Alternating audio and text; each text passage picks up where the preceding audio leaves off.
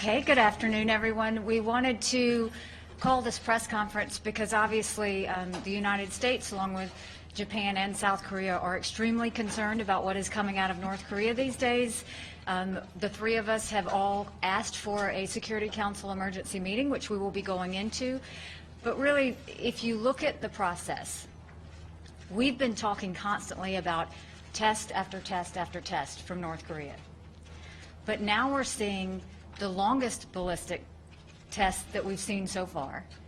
Then we're hearing the rhetoric of any time, any place. And we're not going to continue to just say, go ahead and test as often as you want. This has become more than just a problem. This is a true threat to every country in the world. And what you have is a leader who is paranoid. He thinks that we're trying to have regime change. He thinks there's people trying to assassinate him. We're not trying to do any of those things. What we are saying is, for peace on the Korean Peninsula, he has to stop his testing.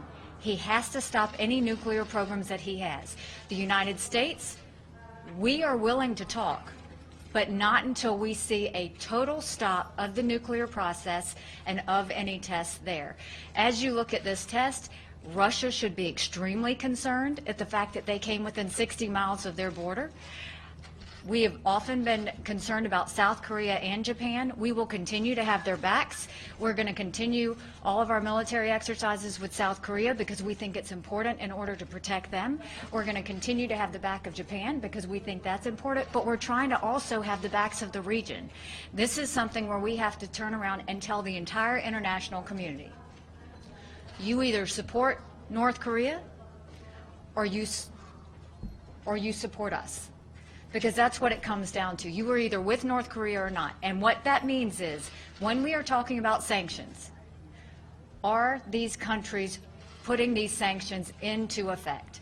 Are these countries actually following through on the sanctions that they're supposed to? We want to look at the current sanctions in place, and we want to look at strengthening the sanctions.